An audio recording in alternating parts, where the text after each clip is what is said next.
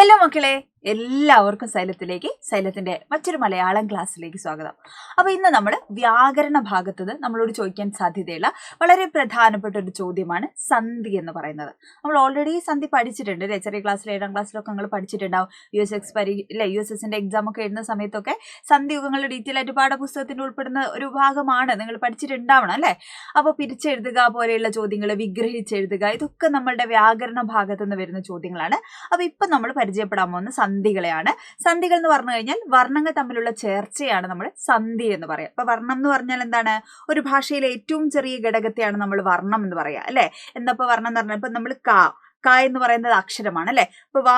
ഇപ്പൊ ക എന്ന് പറയുന്നത് എങ്ങനെ നമ്മൾ എഴുതാം? ക അധികം ആ അല്ലെ? ക പ്ലസ് ആ അധികം എന്നാണ് ഇതിനെ മലയാളത്തിൽ പറയുന്നത്. അപ്പൊ ക അധികം ആയാണ് ക എന്ന അക്ഷരമായി മാറുന്നത് അല്ലെ? അപ്പൊ ഒരു ഭാഷയിലെ ഏറ്റവും ചെറിയ ഘടകത്തെയാണ് നമ്മൾ വർണ്ണം എന്ന് പറയുക. ഇങ്ങനെ വർണ്ണങ്ങൾ തമ്മിൽ ചേരുമ്പോൾ ഉണ്ടാകുന്ന മാറ്റം, ആ മാറ്റത്തെയാണ് നമ്മൾ സന്ധി എന്ന് പറയുന്നത്. ഇങ്ങനെ 4 മാറ്റങ്ങളാണ് മലയാളത്തിലുള്ളത്. ഏതൊക്കെയാണ്? ലോപസന്ധി, ആഗമസന്ധി, ആദേശസന്ധി, ദ്വിത്വസന്ധി. ഇങ്ങനെ 4 സന്ധികളാണ് മലയാളത്തിലുള്ളത്. അത് ഓരോന്നും നമുക്ക് പാഠഭാഗത്ത് നിന്ന് ഏതൊക്കെയാണ് നമ്മളോട് ചോദിക്കുക അല്ലെ, ഏതൊക്കെയായിരിക്കും നമുക്ക് വരിക എന്നുള്ളത് നമുക്ക് നോക്കാം. അതിനു മുമ്പ് ആദ്യം നമുക്ക് എന്ത് ചെയ്യാം? ഈ സന്ധികൾ ഓരോന്നും നമുക്ക് പഠിക്കാം. ഓക്കെ, അപ്പൊ ആദ്യം ലോപസന്ധിയാണ്. ലോപസന്ധി എന്ന് പറഞ്ഞാൽ എന്താണ്?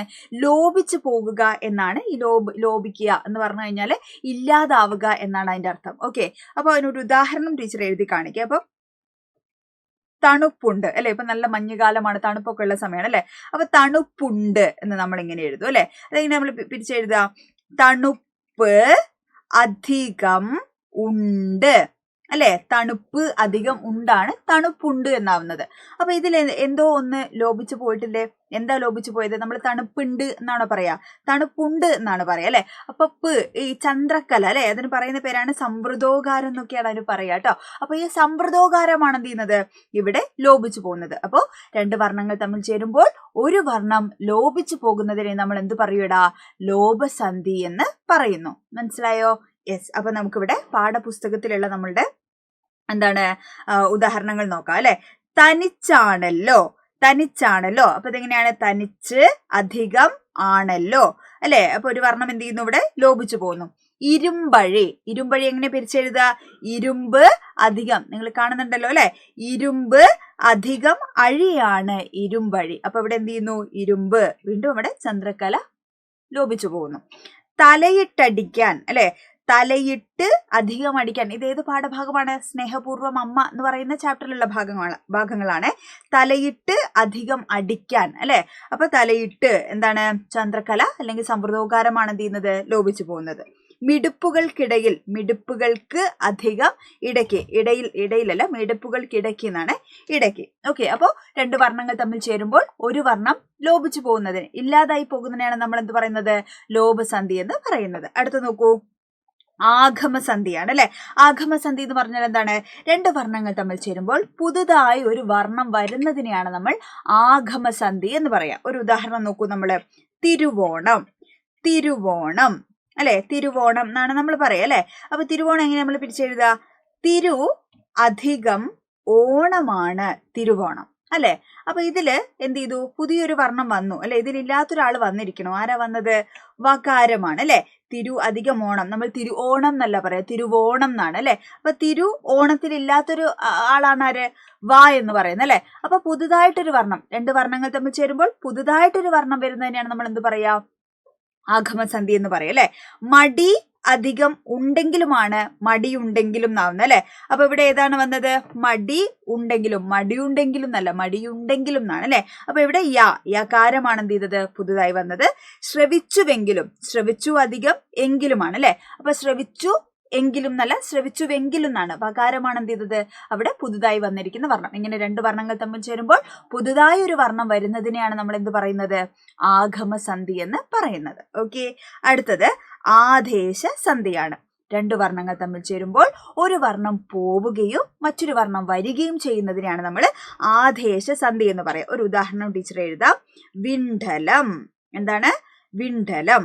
ഓക്കെ, അപ്പൊ എങ്ങനെയാണ് വിണ്ഡലം എങ്ങനെ നമ്മൾ പിരിച്ചെഴുതുക? വിൺ അധികം തലമാണ് വിണ്ഡലം ഓക്കെ, വിണ്ണധികം തലമാണ് വിണ്ഡലമാവുന്നത് അല്ലെ. അപ്പൊ ഇവിടെ എന്താ സംഭവിക്കുന്നത്? രണ്ട് വർണ്ണങ്ങൾ തമ്മിൽ ചേരുമ്പോൾ ഒരു വർണ്ണം പോവുകയും ചെയ്യുന്നുണ്ട്, ഒരു വർണ്ണം വരുകയും ചെയ്യുന്നുണ്ട് അല്ലെ. അപ്പൊ ഇതൊക്കെ ഏത് പാഠമാണ് അല്ലെ? ഏത് പാഠത്തിലേത് പറയുന്നത്? ഏത് പാഠത്തിലാണ് നിങ്ങൾ കമന്റ് ചെയ്യണം കേട്ടോ. അപ്പൊ വിൺ അധികം തലമാണ് വിണ്ഡലം. ഓക്കെ, അപ്പൊ ഇവിടെ എന്ത് വരുന്നു? വിൺ അധികം തലം അല്ലെ. അപ്പൊ താ പോയിട്ട് എന്ത് ചെയ്യാണ്? ടാ വരികയാണ്.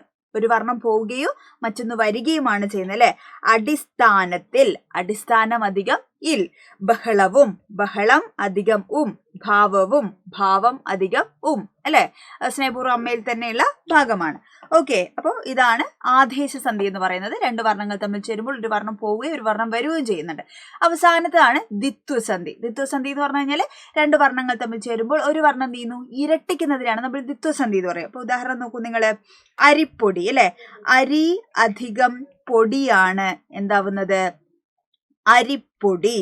അരി അധികം പൊടിയാണ് അരിപ്പൊടി. അപ്പൊ ഇവിടെ പാ എന്ത് ചെയ്യുന്നു? പാ ഇരട്ടിച്ചു അല്ലെ. ഇപ്പൊ രണ്ട് വർണ്ണങ്ങൾ തമ്മിൽ ചേരുമ്പോൾ ഒരു വർണ്ണം എന്ത് ചെയ്യുന്നു? ഇരട്ടിക്കുന്നു. അതാണ് എന്ത് ചെയ്യുന്നത്? ദ്വിത്വസന്ധി അല്ലെ. ഇണ കിളി, ഇണ അധികം കിളി, കാ ഇരട്ടിക്കാണ്. അവിടെ പോയി, അവിടെ അധികം പോയി, പാ ഇരട്ടിക്കുന്നു. ഞെട്ടിത്തെറിച്ചു, ഞെട്ടി അധികം തെറിച്ചു, താ ഇരട്ടിക്കുന്നു. ഓടിച്ചെന്നു, ഓടി അധികം ചെന്നു അല്ലെ. അങ്ങനെ രണ്ട് വർണ്ണങ്ങൾ തമ്മിൽ ചേരുമ്പോൾ ഒരു വർണ്ണം ഇരട്ടിക്കുന്നതിനെ നമ്മൾ ദ്വിത്വസന്ധി എന്ന് പറയുന്നു.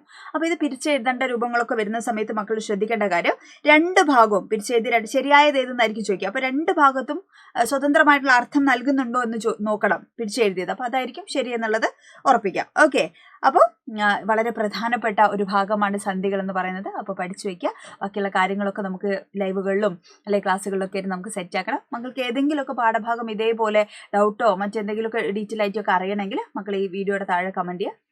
നമുക്ക് ഇതേപോലെ എന്താണ് കുഞ്ഞു കുഞ്ഞു വീഡിയോകളായിട്ട് നമുക്ക് അതൊക്കെ പഠിക്കണം. അപ്പോൾ ലൈവുകളിൽ ബാക്കി പാഠഭാഗങ്ങളൊക്കെ നമുക്ക് സെറ്റാക്കാം. അപ്പോൾ എല്ലാവരും കൃത്യസമയത്ത് തന്നെ എന്ത് ചെയ്യണം? ലൈവിൽ ജോയിൻ ചെയ്യണം. നമുക്ക് അടിപൊളി ഉഷാറായിട്ട് പഠിക്കാം. അപ്പോൾ എന്താണ്, ഓൾ ദി ബെസ്റ്റ്.